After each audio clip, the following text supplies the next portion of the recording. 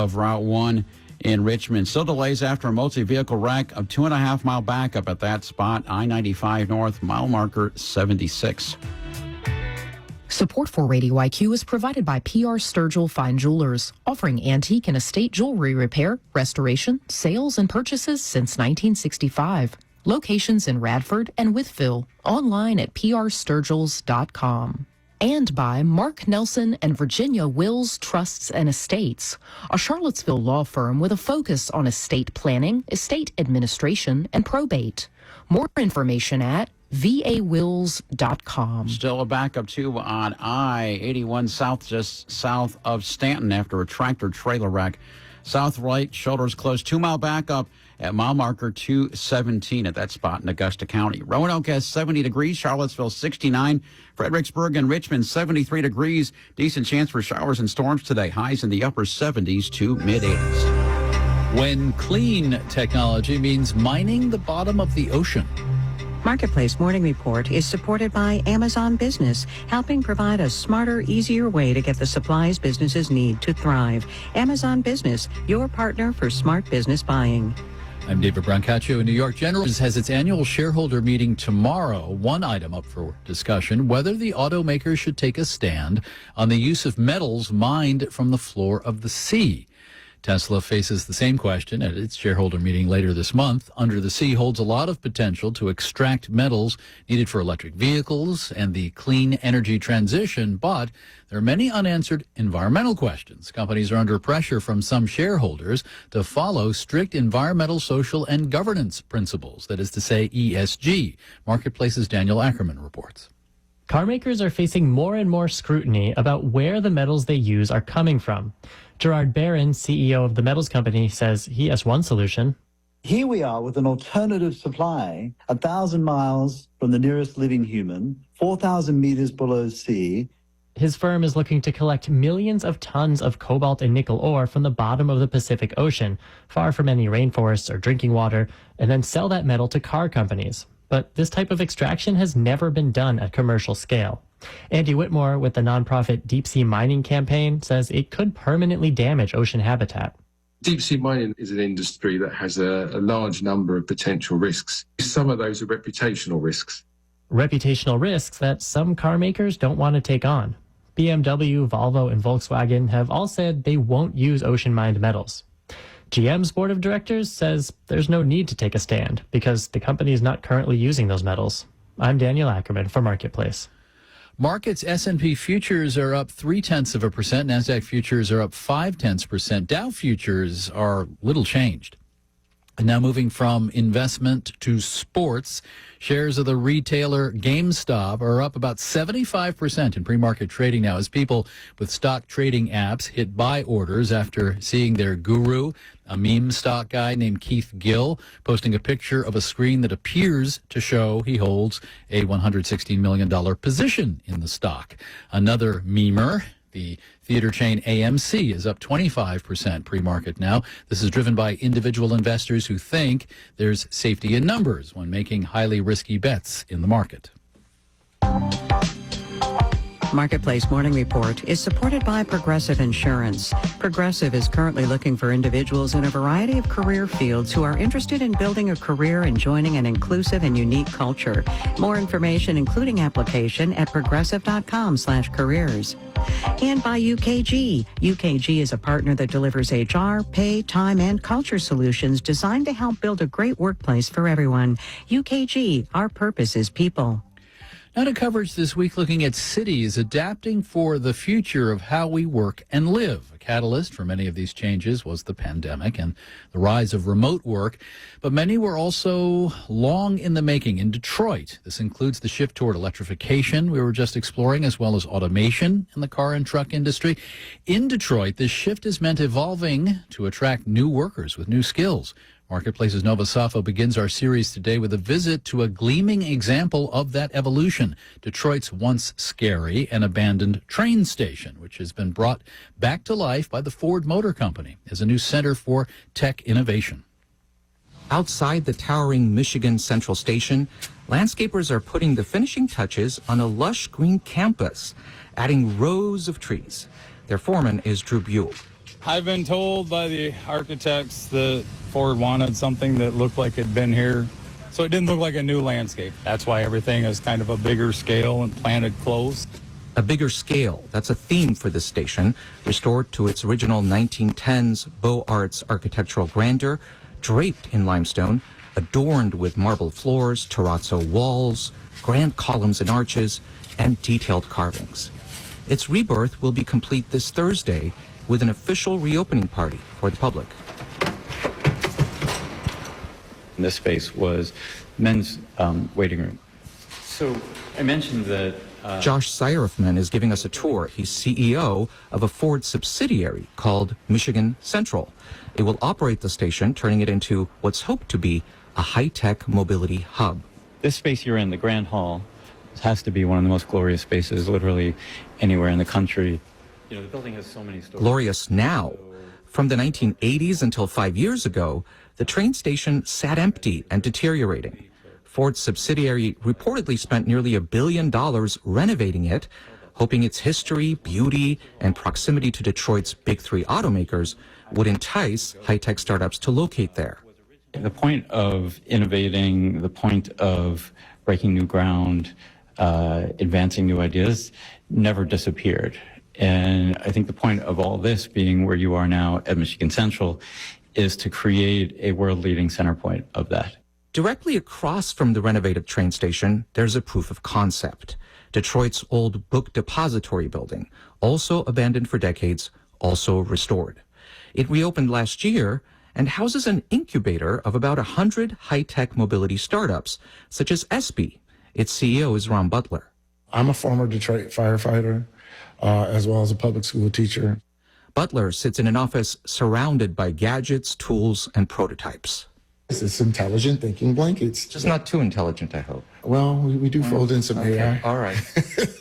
Butler is showing a prototype blanket woven with glass fibers that can cover electric vehicles and detect failing batteries before they burst into flames. There's no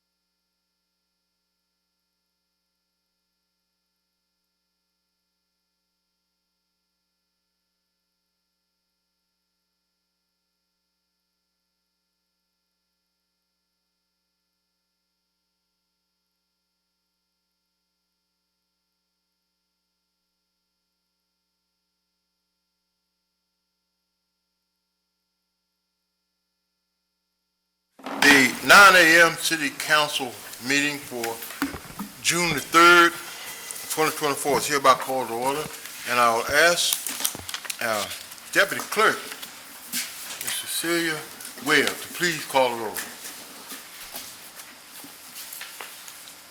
Ms. Moon Reynolds. Here. Ms. Sanchez Jones. Mr. Pretty. Here.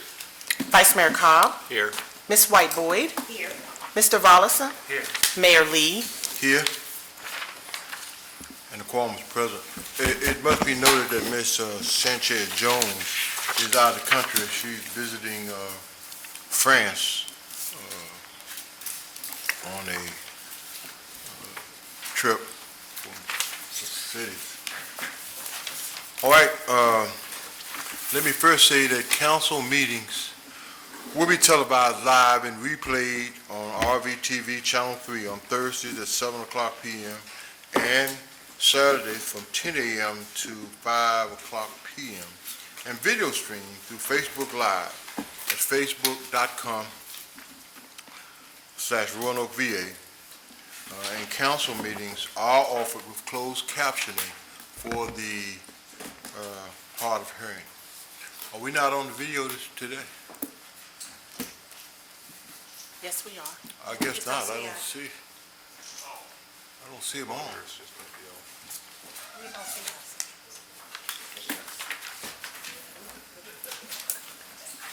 You like to look at us.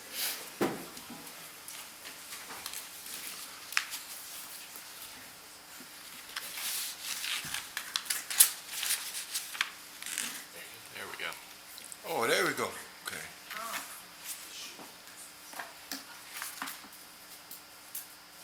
All right, welcome everybody to our session this morning. The first order of business is to talk about the items for action.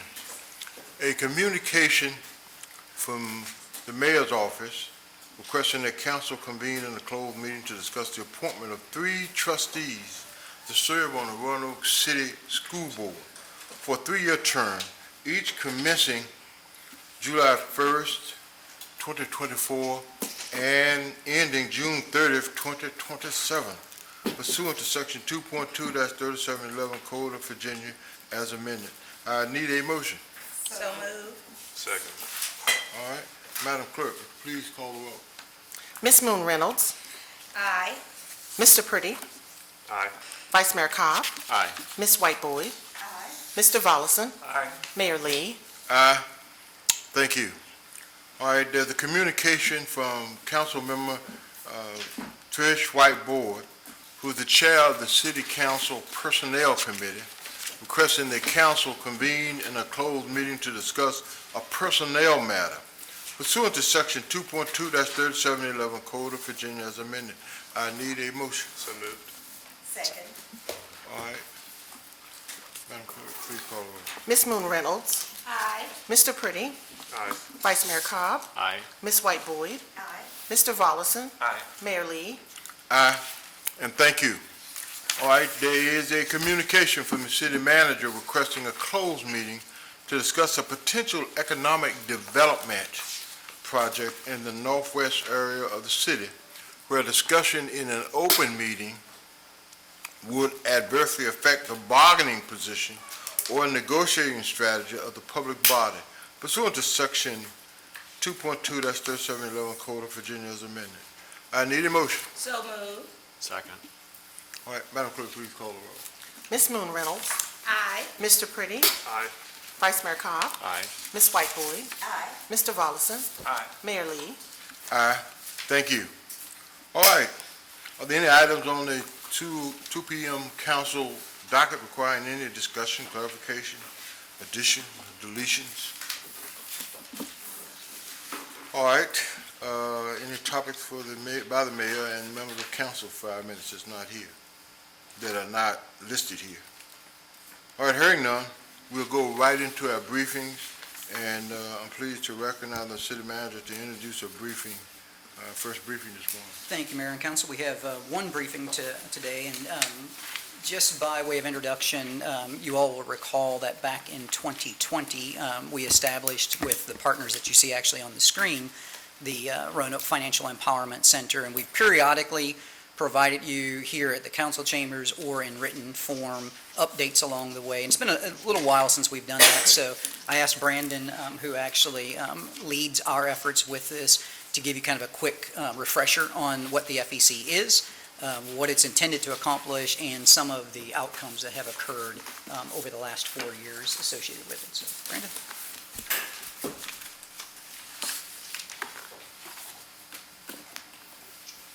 Thank you, Bob. Good morning, Mr. Mayor, members of council. I'm Brandon McGinley. Many of you I have met and know, but I'm the Financial Stability Specialist at the city's Economic Development Office. Thank you for giving me the opportunity to present this morning on the successes to date of Roanoke's Financial Empowerment Center. I'd also like to recognize Lisa Soltis in the audience. She's our Senior Economic Development Specialist, and Mark Nelson, our Director, wishes he could be here for this presentation, but he is traveling for work. So thank you again, and we'll get right into it. So as Bob mentioned, I would like to provide an overview refresher on what FECs or Financial Empowerment Centers are all about, because we're not the only one that has a Financial Empowerment Center at their city or county level. And then, most importantly, updates on how we're doing here in Roanoke on the stated objectives and goals of empowering people financially through the FEC. So a little background on the national movement and model. So what do financial empowerment centers do? They empower individuals and families on their path to financial well-being through one-on-one private financial counseling, and they provide real financial gains for individuals and communities. Some elements of the FEC model that are true across the board in all the cities and counties that have launched their financial empowerment centers. They're government branded, establishes that level of trust, reliability. They're always no cost. They're integrated with community partners. They're professional. The counselors receive extensive training, as I'll touch on in a moment. Very data driven, but I also like to say also story driven. Sustainable over the course of time. The hope is that these are not one and done programs, but that they are maintained in communities for the long haul. And then again, they're one-on-one, so that element that goes beyond a financial wellness class in a classroom setting where you can actually sit down with an individual and family and talk to them about their financial goals in a private setting and build that rapport and trust. But we know we need to be able to measure how we're doing when it comes to financial counseling and coaching. And so those blue buckets on the bottom are really the 8 core outcomes the financial empowerment centers measure across the country. And we'll talk a little bit more about how Roanoke is doing towards some of these outcomes. But you'll see there that if someone, for example, wants to improve their credit or establish credit, that would count, if you will, as a measurable outcome. And that's something that all FECs track. Importantly, and I want to note this a couple times throughout the presentation, financial empowerment centers can't really exist in a silo by themselves. They rely heavily on community partner referrals. We do some more general sort of marketing and advertising to ensure that the community knows that this is out there. Bus advertisements we've done in the past, we do Facebook. But most of the folks that the FEC counselors are helping are being referred through multitude community partners.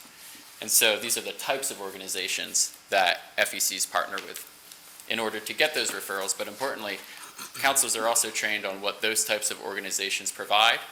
A little bit, to some extent, depending.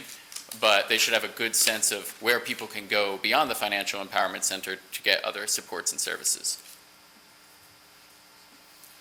So this is just a sense of where Roanoke is in the national movement. Or I should rephrase that. These are the national numbers across the country. But again, we're not alone. Dozens of FECs are now operating or launching across the country. That map sort of indicates where they are currently. And across the country, $265 million in debt has been reduced by people who have been served through financial counseling at FECs, $52 million in savings achieved. And they served, as you can see, almost 170,000 people. I'd like to take a moment here, if I could, just to place the FEC within the city's strategic plan. So under the economy strategic area of importance, the FEC is part of our economic inclusion and mobility work, which states, quote, "We will remove barriers and pursue opportunities to ensure that every individual, family, and business in our community have equitable opportunities for economic success." So I feel that financial counseling fits squarely within that objective, but also within our asset development work, which strives to create opportunity for the generation of wealth, personal, I'll underline personal, business, and community. And finally, through our workforce development work, we try the best we can to connect folks who are connected to, say, the Workforce Development Board to our FEC, so that when they do get that well-paid job, they also have supports in managing their new income. I'd also argue that the FEC addresses the human services objective of assisting individuals and families to achieve self-sufficiency and live healthy lives.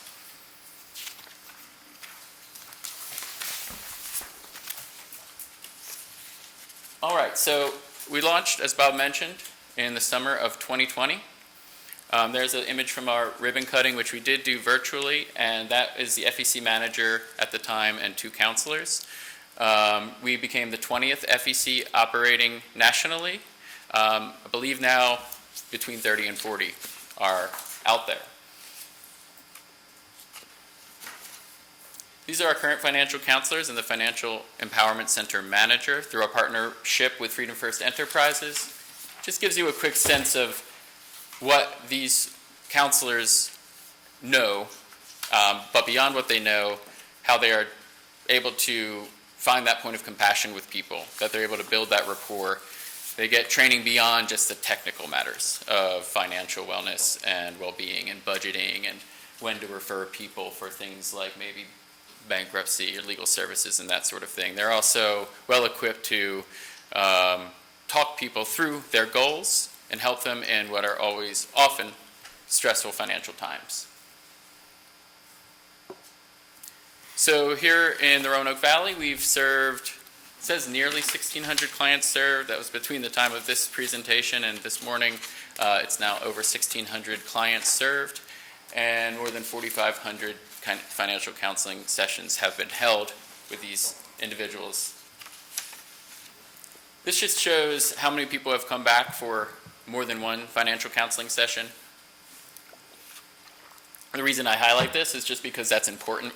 You know, sometimes you can get something done in one financial counseling session, but really the goal is that they come back and meet with you again and can show you the progress they've made on their savings or their debt reduction and that sort of thing, and get that word of encouragement from the financial counselor.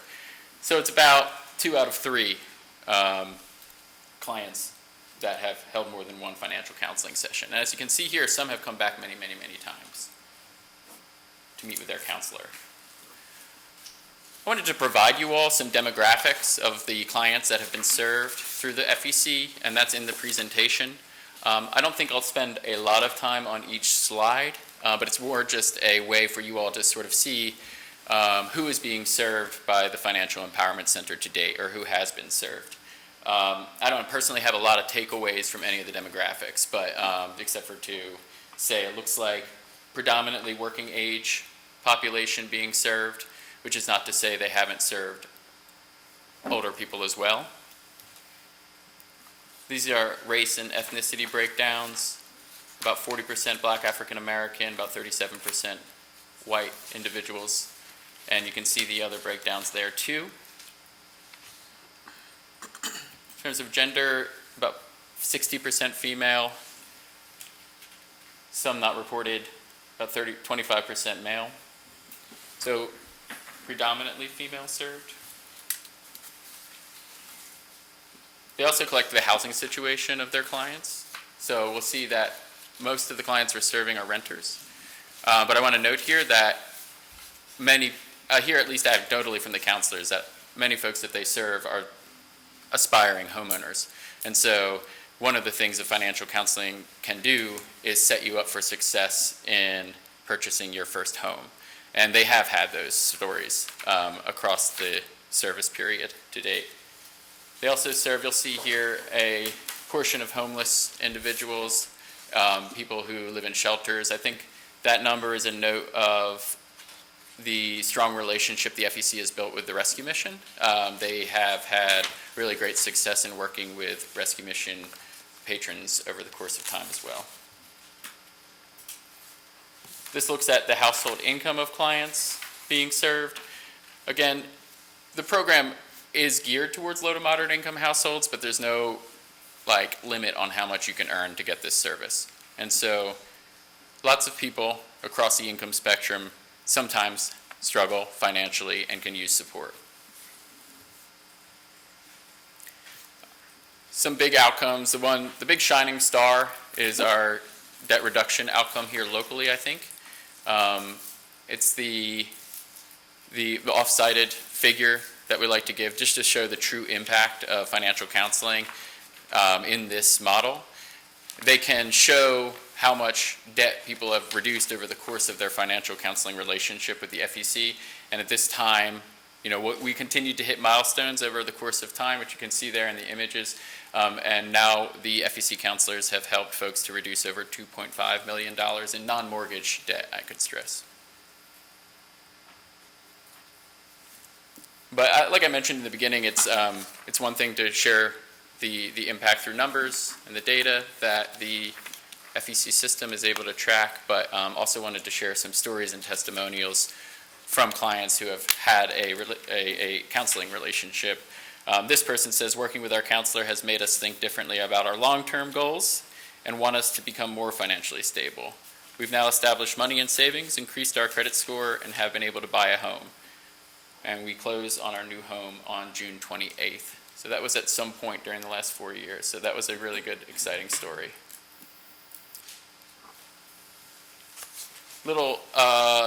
Some numbers on debt reduction and that particular outcome. So not only is it the $2.5 million overall reduced by clients served through our FEC, but 789 is the number of delinquent credit accounts made current. So that would just mean if you're working with a financial counselor and you're behind, say, on a credit card bill, and one of your goals is to catch up and start to make timely payments, they're able to track how many people came to see them behind on whichever credit. And once they get into a situation, maybe they've helped them create a spending plan or what have you, and then they get them to a place where that is no longer delinquent, and that's considered a big success. It helps that person feel caught up on what can be otherwise overwhelming debt. 228 is the number of clients who have reduced household debt by more than 10%, which again is another one of those measurable outcomes that we're seeking through our FEC. This is the FEC manager saying, it gives me great joy to see someone achieve something they've worked so hard to accomplish. I love being a part of that process of clients reaching their goals. So it's important, I think, to highlight also that the counselors are in it to win it, if you will. They really do enjoy working with their clients, and they also get, I would say, invested in their client's success. And so I just wanted to highlight that through that testimonial from Catherine.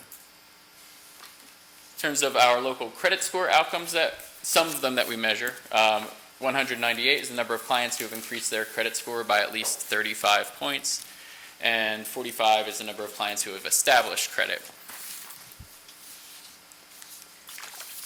Credit's important beyond just the ability to get a lower cost loan. Sometimes landlords look at your credit before they get into a lease agreement with folks.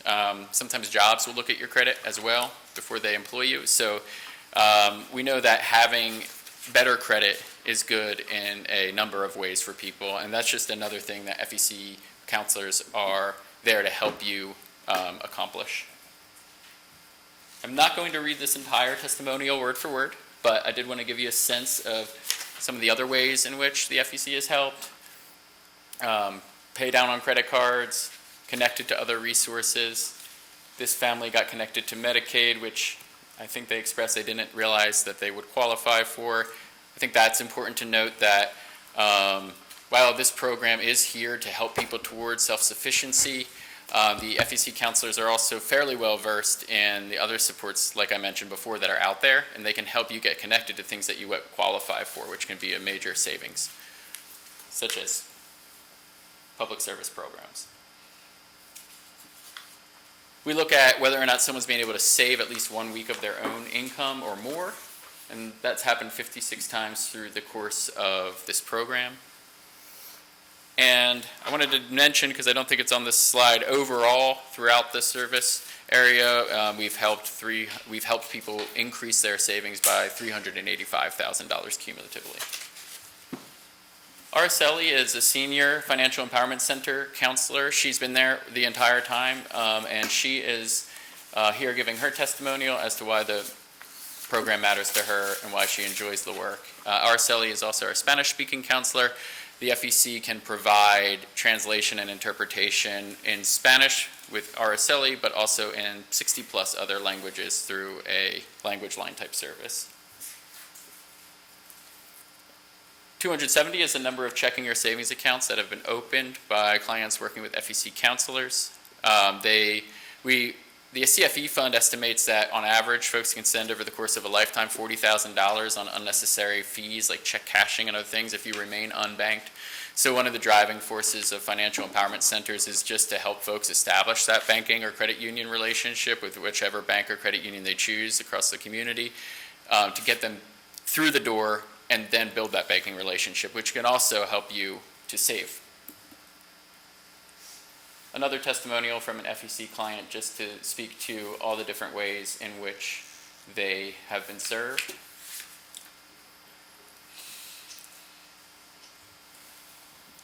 And wrapping up here, just again with community partners, I wanted to highlight these are not all of the community partners we've worked with.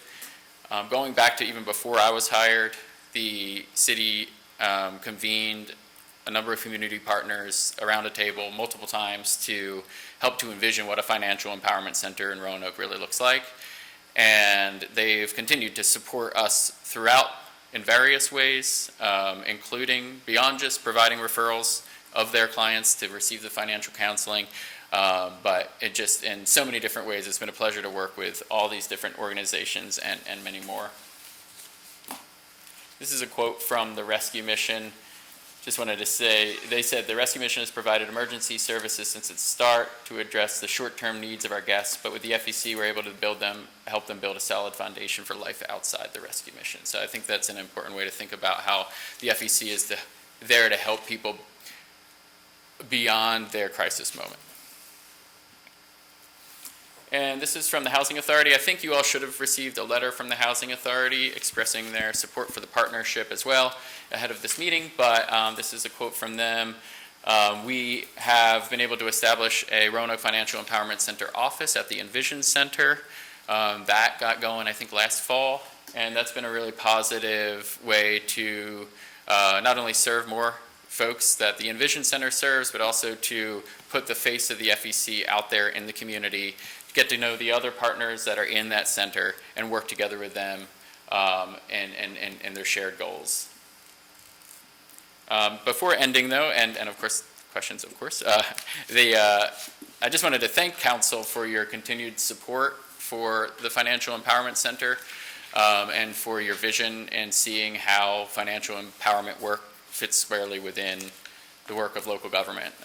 It's been really fantastic to see these results, so thank you very much.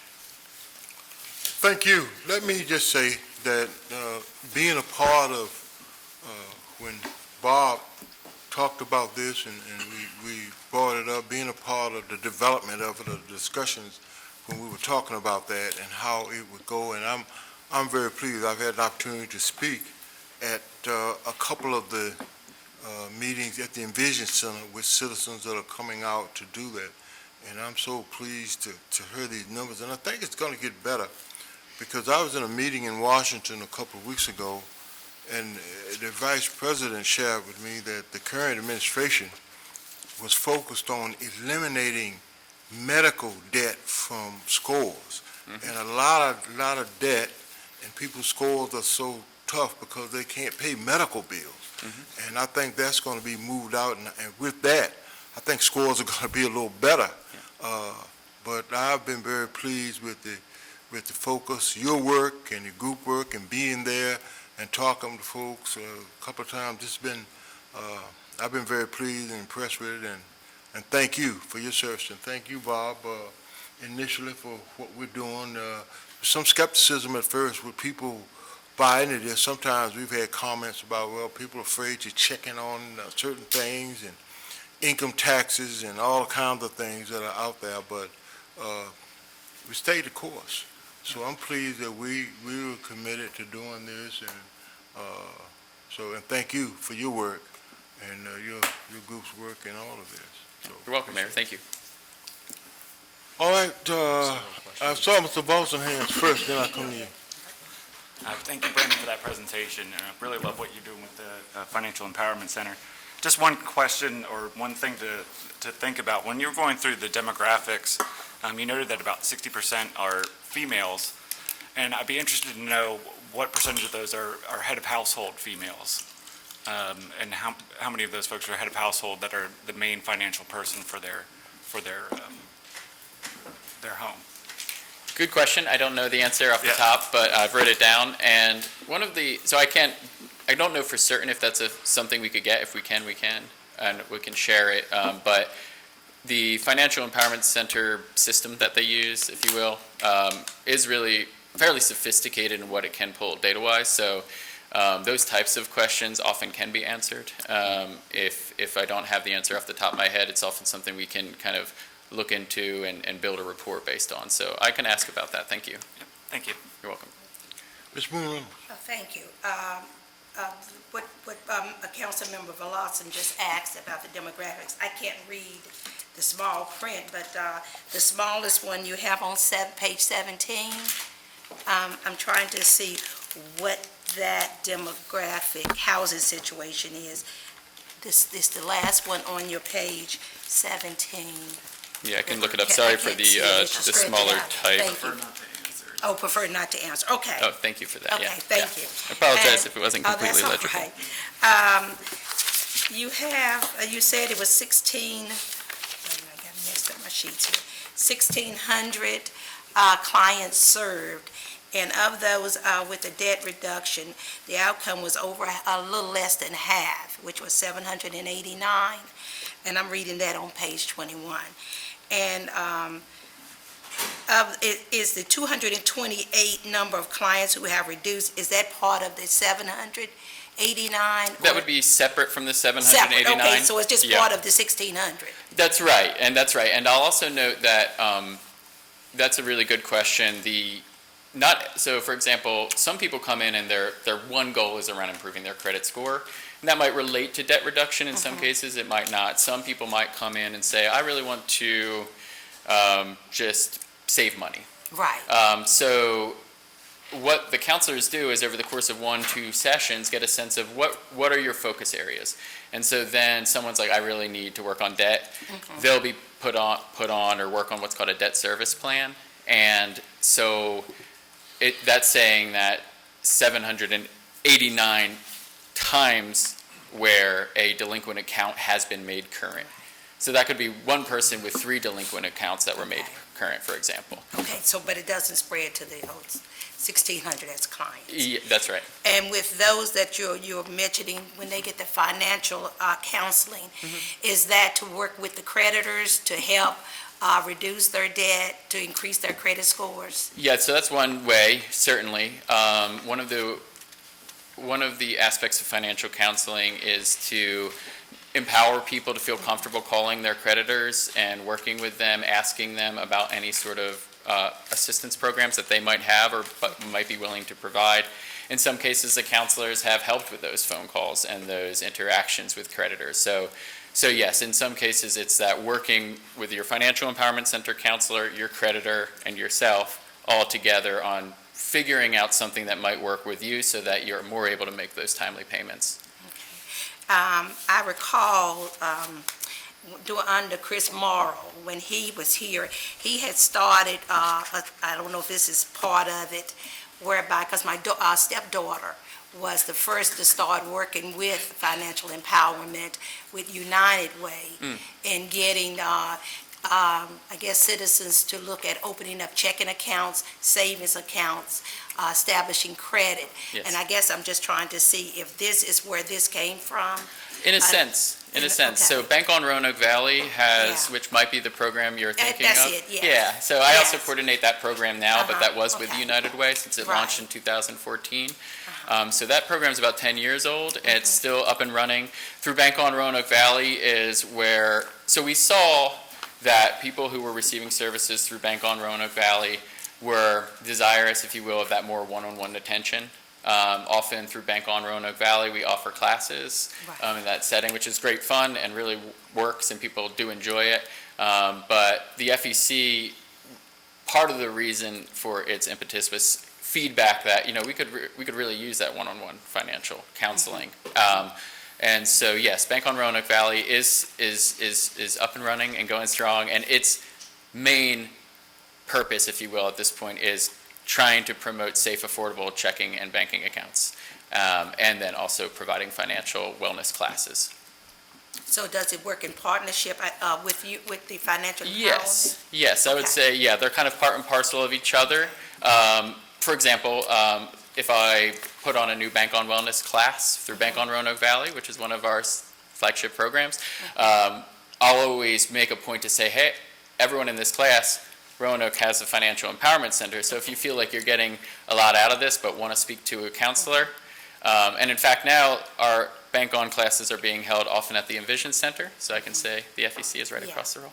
So, yeah, thanks. I was just trying to see if it was there overlap or was it any duplication, or they just went partnered in moving things forward for the client. Yeah, I would see it more of a partnership Okay. like that, yeah. Okay, Thanks. thank you. You're welcome, thank you. Ms. Whiteboard? Thank you, Mr. Mayor. Thank you, Brandon. you're welcome. I'll be very brief. I really appreciate what you all are doing over there. I just had one quick question. Of the 1,592 clients that you had, roughly 1,600, would you say that the majority of them had some issues with their credit? I don't know. I would have to look. One way we could get to that answer is how many people are on what's called a credit service plan. This would be an indicator that that person came to the Financial Empowerment Center thinking, my credit's an issue and I want to get help with it. I wouldn't want to say off the top of my head, like, at what percentage of clients served have that as an issue that they're working on.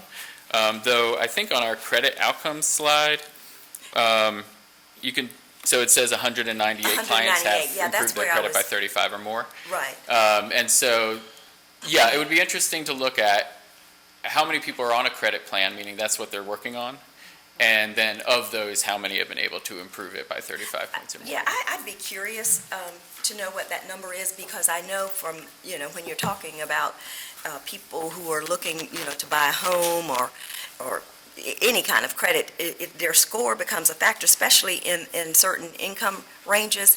And so for 198, I'm just wondering, are we doing a good job? Can we do something differently, or what can folks do?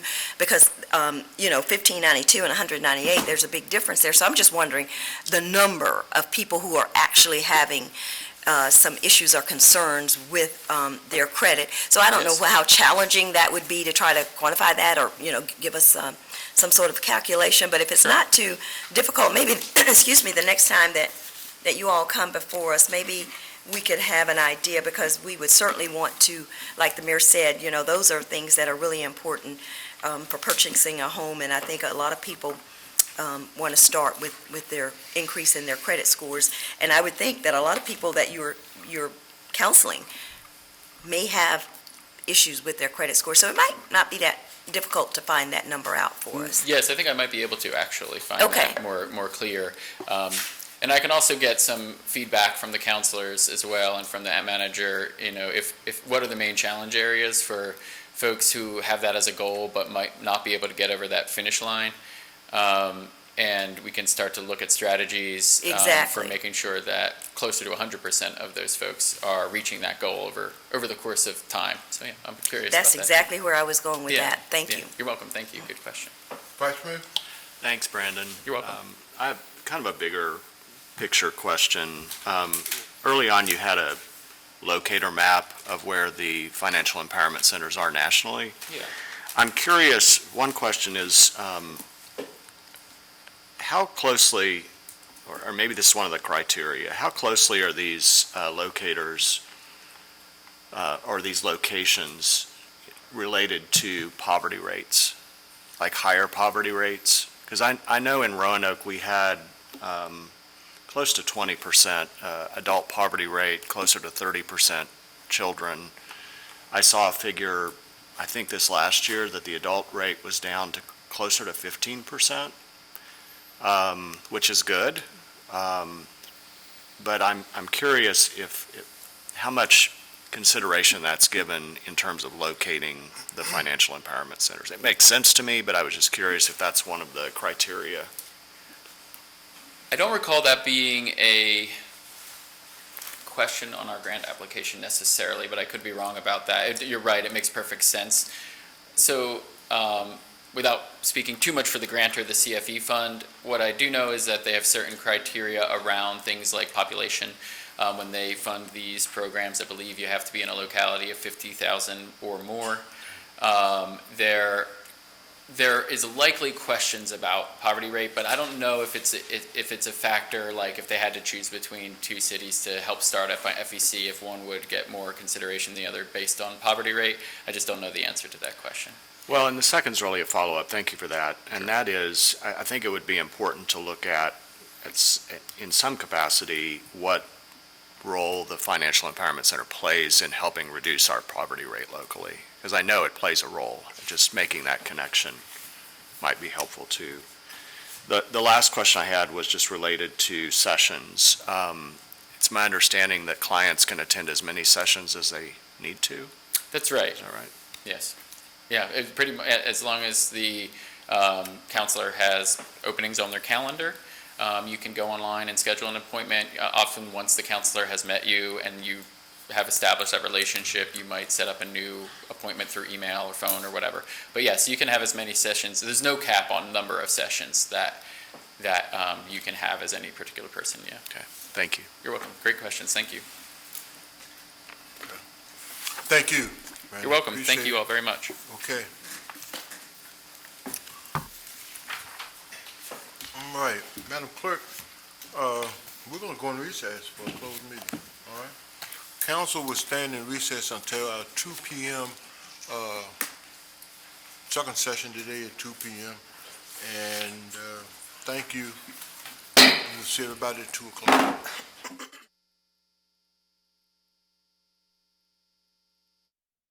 To a better place. I mean, one of the key things for most people must be just the frightening levels of violence. What's your